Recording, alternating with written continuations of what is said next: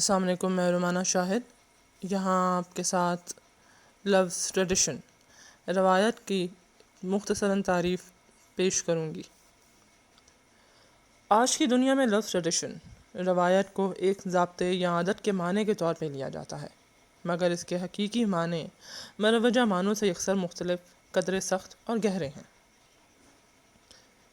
لفظ ٹریڈیشن کا ماخذ اطالوی زبان کا لفظ ٹریڈر ہے، جس کے معنی ہیں کسی جانب حوالگی، کسی جانب منسلک ہونے یا جوڑنے کا عمل۔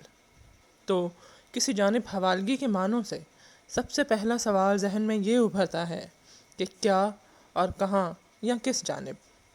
دوسرے معنوں میں، جن میں منسلک ہونا اور جوڑنا شامل ہیں، یہ سوال اٹھاتے ہیں کہ کس شے سے۔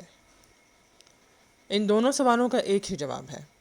روایت دلالت کرتی ہے حوالگی پر بھی اور منسلک اور جوڑنے پر بھی، تمام تر آفاقی حقائق کو باہم کرنے پر۔ روایت ماورائی حقائق کو معاشرے میں باہم مربوط کرنے میں مدد فراہم کرتی ہے اور ان حقائق کو پنپنے کی راہ فراہم کرتی ہے۔ وہاں ہمارے عقائد اور تصورات کی نمو ہوتی ہے۔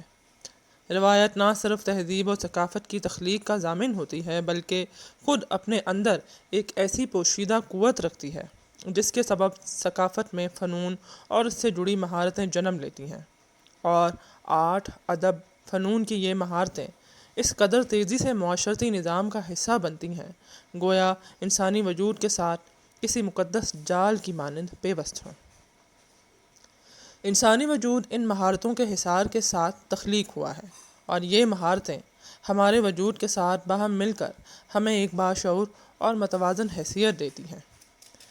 ہماری مقدس کتاب قرآن کریم کا پیغام بھی یونٹی، اتحاد ہے، اور ایک روایتی معاشرہ بنیادی طور پر اس اتحاد سے مشروط ہے، اور اپنے مقدس عقائد اور نظریات اور مرکز سے وابستہ ہوتے ہوئے اس مقدس مرکز سے منعکس ہوتی روشنی کے ساتھ فنون کی مہارتوں اور ضابطوں کو لے کر باہم ایک متوازن بنتی بنتا ہے۔